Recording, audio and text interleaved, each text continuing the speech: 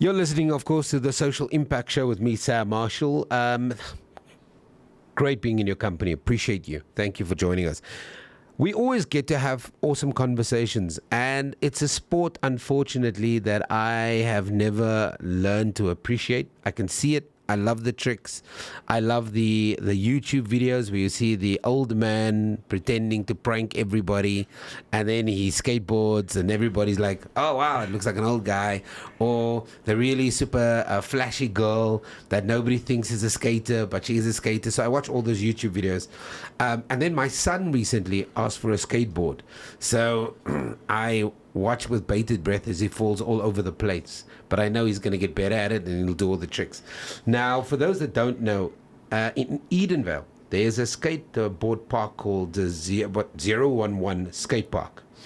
And we've got the owner in studio, Dean Backos, talking to us about skateboarding, the business, the culture, and the future of skateboarding in South Africa. Dean, good morning and thank you for joining me. Hey, yeah, cool to be here. Yeah, so that's my experience with skateboarding, right? Yeah. Were you an avid skateboarder before you decided to open up a skateboard park, and what led you to go down that path? Yeah, so first of all, thanks for having me here. I kind of was pretty nervous as I walked in here. It was pretty intense, but so excited to be here. But you're a skateboarder. Nothing is more intense than doing those ramps and the tricks and stuff. Ironically, I'm not that big into skating anymore as of recently because I tore my meniscus. But okay. On a skateboard, right? On a skateboard, yeah. Ironically, Okay. I'll go into that a little bit later. But when originally I got into skateboarding when Boogaloos was still a thing. So I'm not sure if you know what Boogaloos is, but I think I've seen it. Yeah. Yeah. So there was a company called Boogaloos that had parks all around South Africa. I think they even had one in Randburg. Yeah. They had one in Randburg, one in Stone Ridge. And then that one closed down, actually. Now they're all closed down, basically. Okay. So basically I got into the sport via my brother, and we used to go to the Stone Ridge Boogaloos every Saturday and go and skate and, just get absolutely brutally injured. No, I'm kidding. But it was actually a really, really fun thing to do on Saturday. That doesn't make me feel good because my son wants to skateboard. But the thing with the parks at the moment, though, is that there's skate parks are few and far between. So that's the problem. After Boogaloos closed down, there's only a few skate parks around Johannesburg, and that's why I think you came through to 011, because we got the skateboard shop there and everything going on there. Yeah. So I'm really fortunate to be able to have taken over the place, and it's gone from strength to strength. So I'm really excited about it. Yeah. What is it, Dean, that you saw that the guys at Boogaloos couldn't get right? Yeah, so Boogaloos, it's difficult because Boogaloos was such a big thing that when it closed down, I think the whole skate community and everyone felt it. Yeah, everyone felt it. And that's why the scene at the moment has become, it's not as big as it used to be. And it's a bit sad, but, it is what it is. It's on the up, which is really good. Ever since skateboarding has become an Olympic sport. So it's coming up big time. But I was how I actually got into 011 skate park is that when COVID happened, there was nothing to do. So my brother and I were saying, okay, well, let's go back to 011 because it was the only thing that was open. And I'm not sure if you know the history on 011 at all, but no, I don't. So originally it used to be a roller ring. It was actually called Skate World. That's where it got its first original name, and it turned into a hijack building. So it was a hijack building where there were homeless and the vagrants and everything. Using the building to stay. Yeah. And I came in 2020, and I think ignorance is bliss when I went there. And unfortunately, when I was with my brother, I said, damn, this is an amazing place, and I think it gets a bit of a bad rap. And at the time, it was very intense. It had a very bad history. And I reached out to Heather Hart, who was the counselor in Edenvale, and Sipokazi, who helped me a lot. And Heather's literal words were good luck. So, I guess... and luck was on your side. Yeah, it was on my side. So it took a bit of a while, around 2 years of paperwork, 2 years of working hard, to get it done. And 2022, I took it over. Yeah. And in 2022, I didn't understand the task ahead of myself. But it's been a very, very good journey so far. The amount of... just for instance, the amount of skaters that we're seeing at the moment is around 500 to 600 people a month now. Wow. Yeah. So from what number? From I guess around 80 to 100 going into the park. Wow. So, and that's just due to, the community that backs the skate park is a huge influence. on our skate group alone, this is just on WhatsApp, we have around 200 people on the skate group. Yeah. So, you know, if ever I send out a message saying, hey guys, there's an art session on, there's this on, there's that on, people will pull through in droves. So Wow. it's an amazing achievement. If you don't mind me saying this, you Yeah. look young, right? Yes. So Yeah. it's like a pretty daunting thing to take up a business that, and in many ways, you were kind of creating something where there was a gap in the market. It used to be this thing, all these parks, then nothing happens, and you almost become a lifeline for the sport in many Yeah. ways, because you've got the facilities, because they just, I remember the one in Randburg, 1 minute it was there, the next minute it was closed. Yeah, it's actually insane. You know, even Stonebridge, when we were talking about it the other day, I spoke to them originally about taking over Stonebridge. And at Stonebridge, they said they were actually going to throw concrete and make it a drive-through. So it's a bit hectic, you know, because it is really a place where, you know, especially the youth go to. You know, skateboarding's a sport where being an older individual, you don't really see the benefit of, you know, falling and falling and falling to land Yeah. a trick. But the younger you are, the better you get at skateboarding, and the risk almost is not, I mean, the reward outweighs the risk, you know. Yeah. So that's But how it it is goes. a highly protective sport. I mean, one of the things that I did when I bought my son, who's 11, Yeah. a skateboard, was I bought the headgear, I bought the knee Yeah. pads, I bought all the stuff. Yeah. So I mean, it is a protective sport. It's No, not like he's just definitely. falling all over the place. Yeah, for I mean, sure. I'm a bit worried that he's watching videos of guys jumping off buildings and doing crazy stuff with skateboards. But I'm open to the idea that he's really obsessed about something, Yeah. which, you know, is going to teach him balance, this kind of spatial awareness, all of the other stuff, right? 100%, yeah. So going back to what you said, you know, there is a gap in the market with regards to just skating in general and BMX, anything to do with, you know, just wheels. And thankfully, yeah, when I took over in 2022, Roller Sports South Africa reached out as well. And I was really fortunate at the time because skateboarding was getting put on as an Olympic sport. So So you hit it at the right time. at the right time. I think all the stars aligned, you know, at the right time. And yeah, so now our park is affiliated to RSSA. So RSSA is Roller Sports South Africa. So Okay. that's affiliated to SASCOC. So it's an official venue. Yeah, so it's affiliated to SASCOC and all that stuff going forward. So yeah, it's been a good task. But when we took over, I managed to partner up with an organization called Girl Skate South Africa. Yeah. And Girl Skate South Africa is very influential with women skateboarding. And we were able to start Johannesburg Skate Club. So Johannesburg Skate Club is essentially, we take the youth, and this is, our home base is 011, but we also have another venue at Chapa Soweto. And Chapa Soweto is the NARC facility. Okay. But yeah, NARC put in a lot of money into the skate park, and it shows. And that's your because- partner. Not that.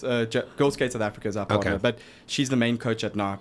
Okay. And yeah, they put a lot of money into the park, and these kids there are insanely good. And it just shows because it really is a reflection of the facility. Because, you know, with 011, like I said before, you know, we took it over from a dilapidated building. There was nothing going on there. You know, the funding that we had to get was all done by myself. You know, so it's been like a hard journey for that, but it's been good. And Yeah, but kudos on you for having a dream and a vision, Yeah. and sticking with it. Because sometimes when things are hard, we take the easy road, and for you to see the gap and then provide this opportunity for young skaters.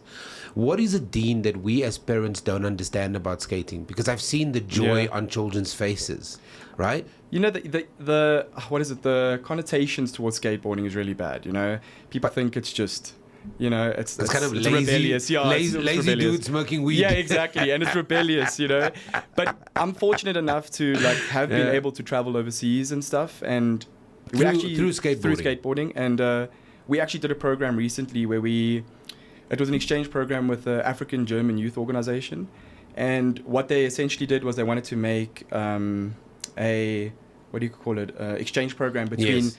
young individuals here, young individuals in Germany, and we take individuals from South Africa, take them to Germany, and Germany vice versa. Oh, wow. And we were able to we wanted to look at a holistic approach, and we were able to take individuals that were role models within Alexandra Township, Soweto Township, I think it was in the Val as well. I and can a few other imagine for places. some of these kids, it's the first time traveling anywhere. On a or even plane. being even on a plane. Yeah, on a plane. Experiencing all of that. And Yeah. just that experience opens up their worldview Yeah. like you cannot believe. And it's insane because the people that we had on the program were up and coming, you know. So we had an individual, Blue and Shongi, and Blue and Shongi. So Shongi's from Soweto Township and Blue's from Alexandra Township. And you know, to see individuals just absolutely flourish in areas where there's, you know, just better facilities for them. And I think when we're in Germany, the ethos around skateboarding is more, it's a transportation model, it's a thing to keep busy. It doesn't have this real bad element to it. But the thing with SA particularly is because skate parks are so few and far between that it almost gets seen as rebellious. But, you know, in Germany there's a skate park nearly every 2 kilometers because it's just a thing Wow, to I do. can only imagine you know? the culture. Yeah, so the cultures are alive and thriving. And, you know, you look at the women skateboarding in Germany alone, and they are extremely good. And Dean, what do you get? And I think this is a might be a silly question, but I'm going to ask it anyway. Yeah. You know, certain sports gives you life skills, gives you certain awareness, things that you might not have, especially if you come from a background that's not as peaceful and pleasant as most kids should have. But what have you seen from a change perspective when you bring in, let's say, a person from a previously or very poor background, and you expose them to skateboarding, and you can see that love? What have you seen just from 011's perspective? A lot of the people that come through, I think it's a very much bonding technique with a lot of people, and it's very therapeutic, you know. There is actually studies that it is a very therapeutic thing just to be able to roll, you know. And I think when you see a lot of people skating together, it becomes almost how can you put it, like backing a buddy kind of thing, you know, and to keep this energy together, togetherness. Yeah, it's camaraderie. Yeah, it's a lot of camaraderie. And I think with South Africa particularly, you know, because the skate scene is so small, everyone knows each other. Okay. So it's almost when you go to another park, you know the people that are there, and you know the people that are there, and even if you knew, I would imagine if you rock up 4, 5, 6, 7 times, you're already making friends. Yeah, 100. And people, let me say one thing. I think the skate community is the most friendly community when you just give it a chance, you know. I do a lot of the projects with my mom, and my mom every time comes to the park, it's always a hello, how are you doing, whatever. I'll send a message in the group saying, guys, I need help with something, you know. I'm putting furniture inside the chill room that I've just done. Yeah. And I said, hey guys, is anyone able to donate anything, something like that, whatever. And I promise you I'll get 30 to 40 responses of guys willing to donate, willing anything to go with that. So the community is like very, very uplifting, I find. When we have a challenge now with limited facilities, right? And you now got 011 and you're busy, you said you're in partnership, you might open up more. How does that hurt the sport? Because obviously we would like, I must admit, my understanding of skateboarding is Tony Park. Right? Oh, Tony Hawk. Tony Hawk. Yeah, nearly there. So that's my kind of, you know, I remember him. I remember the games. I mean, he was one of the first. I think he had a Sega game. Ironically, he was here in South Africa. He did a tour in South Africa to Germiston Bowl. Yeah. So, yeah, the facilities are a big thing. So I think in Johannesburg, at the moment, functioning is only around 2 at the moment. It's mine and YBF, you know. So, and the skate school. But the problem is that rental figures, you know, coming from these places is so high that you can't stay open until you have something else open, you know. Yeah. So that's why we opened the cafe that's on there and looking to get our liquor license so that we can have it. Pilo was telling me the food is amazing there. Yeah. Pizzas there. Yeah, he said the food is really good. Yeah. I mean, that's a win, right? Yeah, I did that by trial and error. Let me be honest. I got a pizza oven donated, and then I just said, okay, well, I guess we're doing pizza. So that's what happened. Yeah. And it happens to be a winning recipe. Yeah. But yeah, the issue with it is just funding. You know, like what happened with 011 is when I took over 011, you know, my parents are very realistic, and my dad's a businessman, and he said, okay, it's not going to work. You know, I'm telling you now, it's not going to work. What are you going to do? And at that time, I was going into varsity, so I literally had to do something. So I ended up working at Babylon, the nightclub around the corner over here. and it's notoriously hectic, super intense. And hey, the money was good. Like, the money was super good. But so literally all the money that I earned from Babylon, I put into the park. And Wow. you know, so Babylon. So you had to, you proved your your dad. You had to prove to your dad that you wanted to make this work. Yeah. So at the time, my dad was not with it at all, and But I saw a picture of him the other day smiling. Only after we had that huge event. So ironically, the first I saw a big event, picture of your dad like I knew it was going to work. the first event we had, I think we had about 13 people enter, and then even then, my dad was not with it. But in the most recent event we Are had, you looking at your dad going, it'll work, trust me. Yeah. It'll work. And the most recent event we had was with House of Vans, was in June. And Vans had a huge workshop there where it was bringing all individuals of different areas and putting them all together. And then we had Kimberley Diamond Cup recently. And Kimberley Diamond Cup is like the biggest skateboarding event in South Africa. And yeah, I think 600 to 800 people pulled throughout the day. Oh, because wow. The cash prize was 100,000. So it's 100,000 cash prize. That's serious money. Yeah. And now And who won? Terry Flip. His name's Terry Flips, but he's Okay. really good. Yeah. Okay. And but it was a nice full circle moment to see, because you put a lot of hard work into it, and then you see it eventually paying off with these big events. Yeah.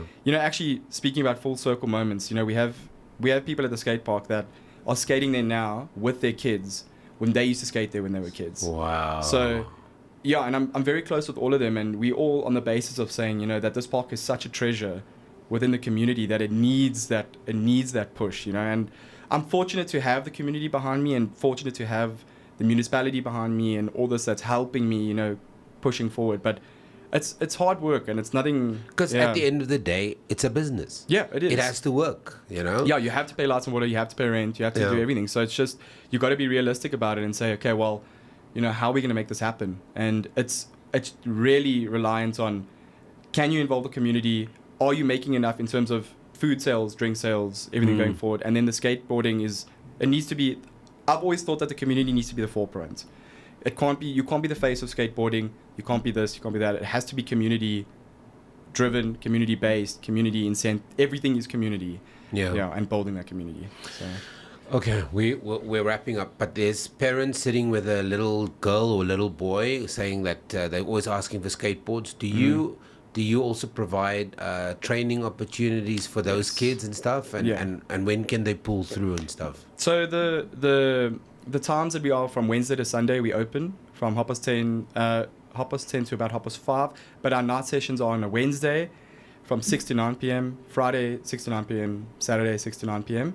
And we do offer coaching. That's all in-house. And then there's boards up there for rental, boards for sale there. Yeah, it's a full house. Everything's there for you. Just go and have a good time. Wow, this is absolutely amazing. Dean Backos from 011 Skatepark in Edenvale. Where can they go? You've got a website, right? You can go to the Instagram page at 011_skatepark. Okay. And then you can see on there as well Johannesburg Skate Club.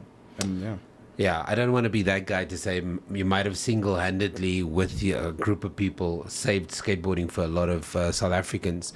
Do you think we have, as a final question, do you think we have a world champion? Have you seen somebody that just blew you away? If you want to see, go to Johannesburg Skate Club Instagram page. There's a few boys on there at the moment that are insane. There's a little boy, Ompile. Ompile is about 11 years old now, and he's doing a kickflip off a 4-block, which is insane at the skate park. There is world champions here, and there is Olympic potential.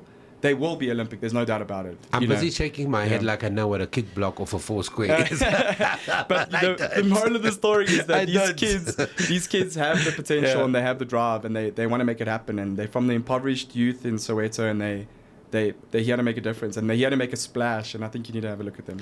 Kudos to you. Kudos to your dad for pushing you. Kudos to your mom for supporting you. Kudos to your brother and your entire community of skateboarders. I'm such an advocate that we support South African businesses, because we don't have anywhere else to go, right? This is our home. Yeah. So we've got to make it work. So Dean Backos, to you and your family and friends and the entire community, log on to their Instagram page. Go and check them out. Fun thing to do on a Saturday. They open at 10:30. Go and support it. Mpila, our producer, ate their pizzas. He says it's 10 out of 10. It rivals anybody. So let's go and support this local business. Thank you so much, guys. Appreciate it.